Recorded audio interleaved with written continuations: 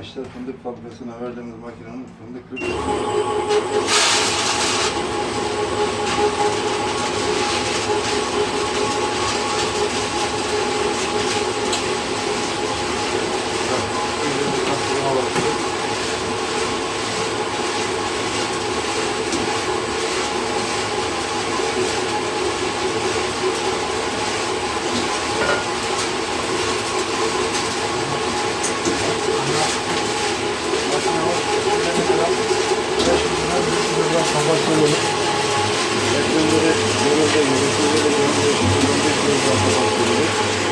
Hangi seçenek seçersin makine ona göre postun oluyor. Hatta bir geçiyor. Gördüğünüz gibi güzel.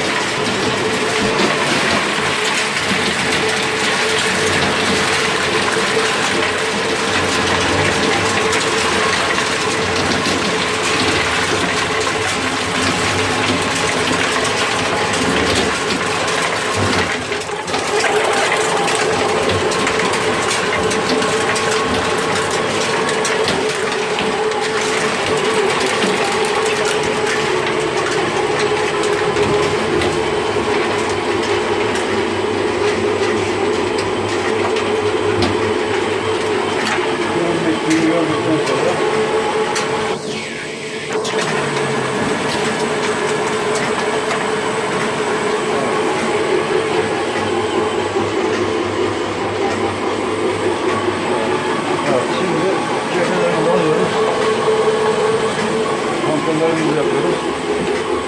Burada kapı kontrolü. Gördüğünüz gibi kapıda parçamız yok. Boş.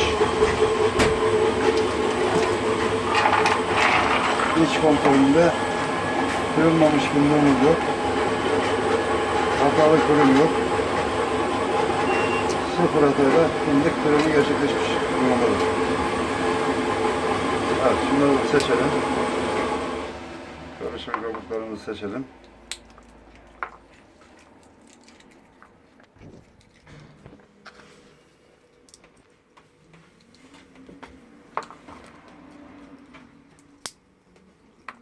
Kabuk ve iç kontrollerimizi yaptık.